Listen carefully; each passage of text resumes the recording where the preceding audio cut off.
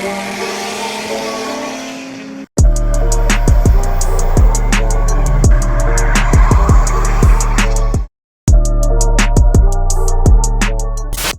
guys, welcome back to Get a Garage. Today we were doing some work on the Jeep. I feel like it might help somebody because this is a technical service bulletin problem with these transmissions in this. And you know how I feel about those if you watch any of my other videos. You can click wherever.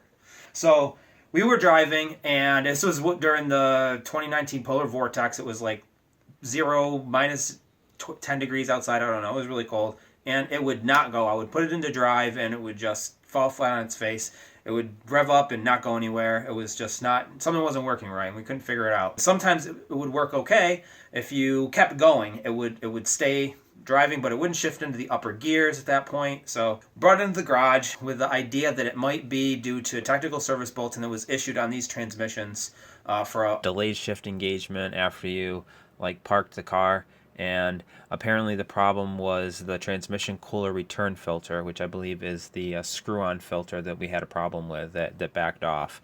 If you look right here, we took the tranny pan off here, and this is actually stuck with the magnet is down in here now, but the magnet caught this thing. It was just sitting there. There was 0 threads engaged at all inside of the transmission. Now what ends up happening is you give it a little bit of accelerator pedal in the diesel here, and it'll suck it back up, and it'll maintain contact a little bit, enough for you to get some fluid through, but it's not enough to really drive it properly. Basically, there's an upgraded part for this, so the old one has got a faulty rubber gasket on it or something that makes it fall out, and this one's, I've never had an oil filter able to take the gasket off that easy, so I would have to guess that is probably the problem too. So anyway, if anybody's having transmission problems, it could be as simple as just draining your transmission fluid and checking to see if this came off, because that's clearly the problem that we had here, and hopefully it will be easy to fix.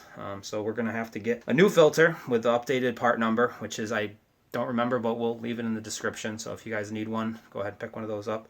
And we're going to replace the other filter and the gasket as well. So, all right, so we got the pan off and we drained our fluid. Normally we'd have a screw-on filter, but in our situation that has already been removed. We have a self-removing filter. This is a T25 here to take off this filter. So we'll just take this one off.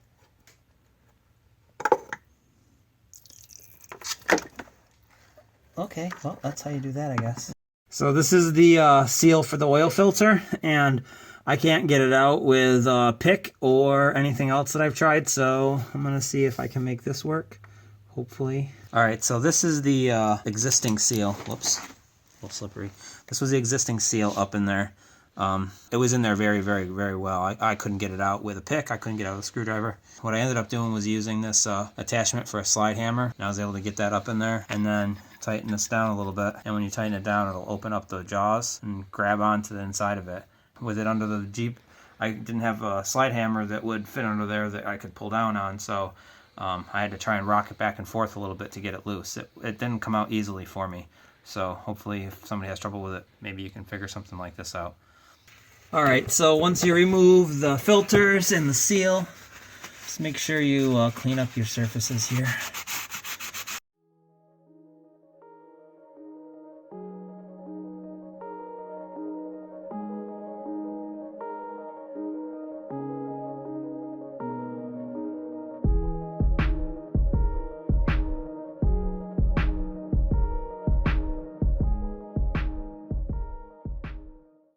We also got our seal all cleaned on this side as well, so we make sure we get everything cleaned up on both sides of the gasket material that we're going to put down there in the RTV. And time to put everything back together. Time to install the new parts now. Got our new oil filter all pre-wrapped up in some non-ferrous armored tape so it doesn't get anything in there. So there's our new filter, so we're going to get that in there.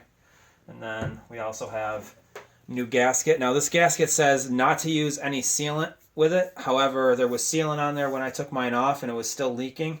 So I'm going to make sure that I put a decent amount of sealant on here. I'm going to probably actually put a thin coat on both sides of this. And I'm also going to put a little bit on my bolts when I go to put the pan back on. So we're going to do that. And then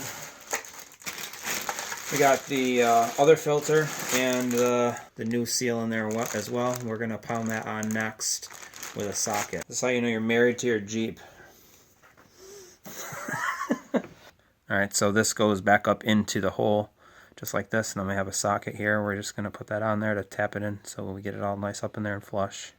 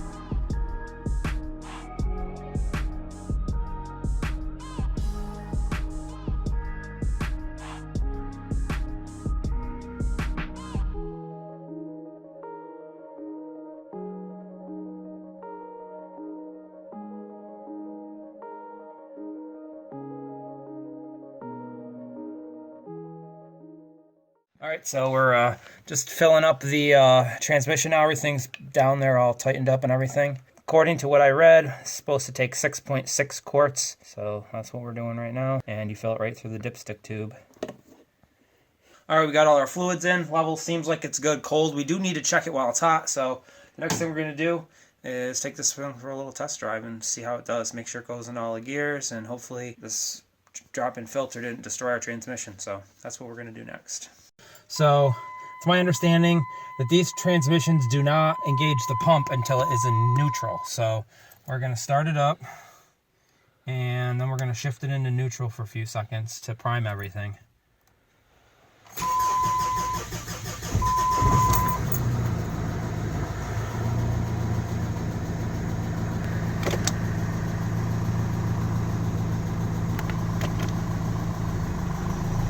Engaged into drive.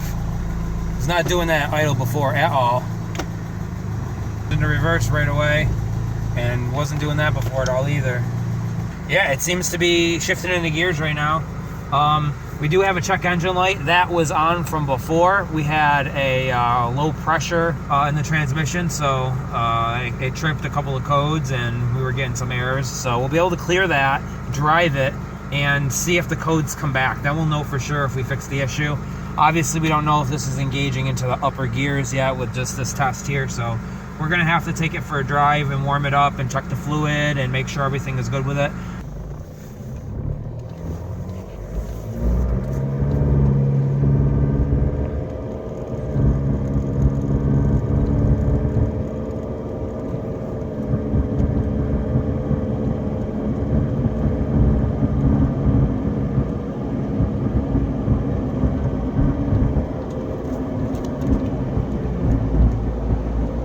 Definitely wasn't doing that before.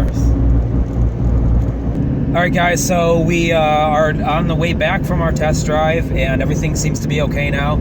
We did do one additional thing here, is we added a couple more quarts of fluid because it was a little low, and when we went to go and stop, it would kind of stay engaged in the gear for a second, and it would seem like it would almost, like if it was a manual transmission, kind of like, I don't know, stay engaged on the clutch too long.